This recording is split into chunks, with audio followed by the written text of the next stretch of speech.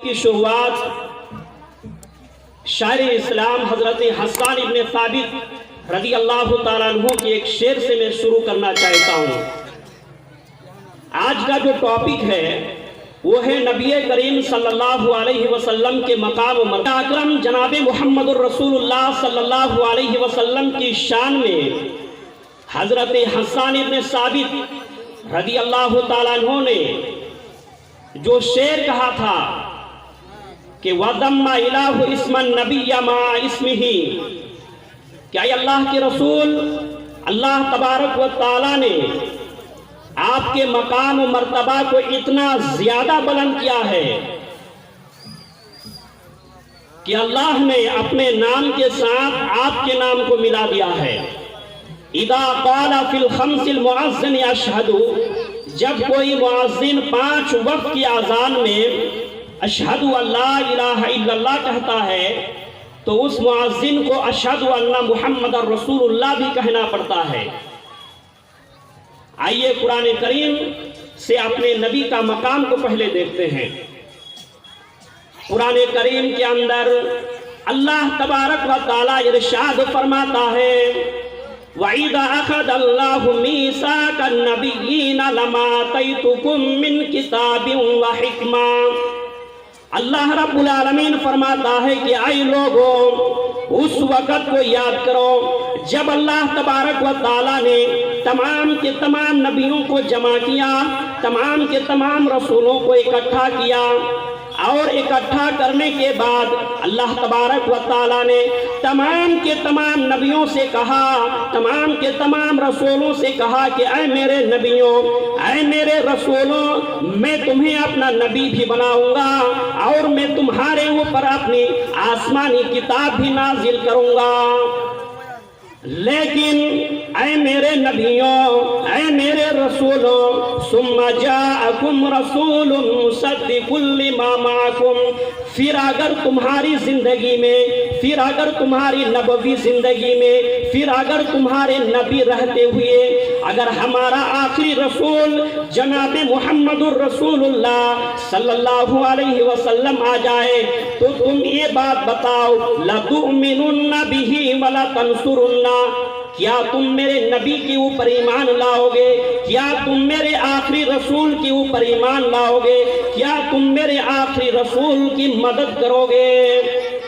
غور کیجئے کہ وعدہ کون لے رہا ہے؟ اللہ تبارک و تعالیٰ لے رہا ہے۔ کس بات پہ لے رہا ہے؟ کہ اے میرے نبیوں، اگر تمہارے نبی رہتے ہوئے اگر ہمارا آخری رسول آ جائے تو تم یہ بات بتاؤ کہ میرے آخری رسول کے اوپر ایمان لاؤ گے کہ نہیں لاؤ گے؟ تمام کے تمام نبیوں نے کہا قالوا اقررنا، تمام کے تمام نبیوں نے کہا کہ اے اللہ ہم اس بات کے اقرار کرتے ہیں کہ ہم تیرے نبی کے اوپر ایمان بھی لائیں گے اور ہم تیرے رسول کی مدد بھی کریں گے۔ اللہ تبارک و تعالیٰ نے کہا قال فاشهدوا وانا معكم من الشاہدین، اللہ رب العالمین نے کہا کہ اے میرے نبیوں میں تم لوگوں کی اس گواہی کے اوپر میں بھی گواہی دیتا ہوں۔ غور کیجئے کہ ہمارے نبی کا مقام کتنا ہے۔ آپ کو میں بتاؤں ابن عمر رضی اللہ تعالیٰ عنہ ہیں، وہ بیان کرتے ہیں کہ ایک مرتبہ حضرت عمر فاروق رضی اللہ تعالیٰ عنہ ایک مرتبہ تورات کا ایک نسخہ لے کر کے اللہ کے رسول کے پاس آئے اور لانے کے بعد اللہ کے رسول سے کہا کہ اے اللہ کے رسول ہذہ نسخۃ من التورات، اے اللہ کے رسول یہ تورات کا نسخہ ہے۔ حدیث کی الفاظ ہے فسکت رسول اللہ صلی اللہ علیہ وسلم، اللہ کے رسول صلی اللہ علیہ وسلم خاموش رہے۔ جب اللہ کے رسول خاموش رہے تو حضرت عمر فاروق اللہ کے رسول کی خاموشی کا یہ مطلب سمجھ بیٹھے کہ اللہ کے رسول راضی ہے، خوش ہے۔ حضرت عمر فاروق جو ہے تورات کے اس نسخے کو پڑھنا شروع کر دیا۔ حدیث کی الفاظ ہے فتغیر وجہ رسول اللہ صلی اللہ علیہ وسلم، حضرت عمر فاروق کی تورات پڑھنے کی وجہ سے نبی اکرم جناب محمد الرسول اللہ صلی اللہ علیہ وسلم کا چہرہ لال ہونے لگا، بدلنے لگا۔ حضرت عمر فاروق کو تورات پڑھنے پہ مصروف ہیں۔ حضرت ابو بکر صدیق رضی اللہ تعالیٰ عنہ نبی اکرم کے چہرے کا دیدار کر رہے تھے۔ حضرت ابو بکر صدیق رضی اللہ تعالیٰ عنہ نے اللہ کے رسول حضرت عمر فاروق سے کہا کہ اے عمر فاروق ثقلت کا سواقل یا عمر، اے عمر تیری سب ناس ہو، تیری بربادی ہو، تجھے کھونے والیاں کھو دے، ما ترا ما بوجہ رسول اللہ صلی اللہ علیہ وسلم، کیا تم اللہ کے رسول جناب محمد الرسول اللہ صلی اللہ علیہ وسلم کا چہرہ کو نہیں دیکھ رہے ہو کہ اللہ کے رسول کا چہرہ غصہ سے لال ہو رہا ہے تمہاری تورات پڑھنے کی وجہ سے؟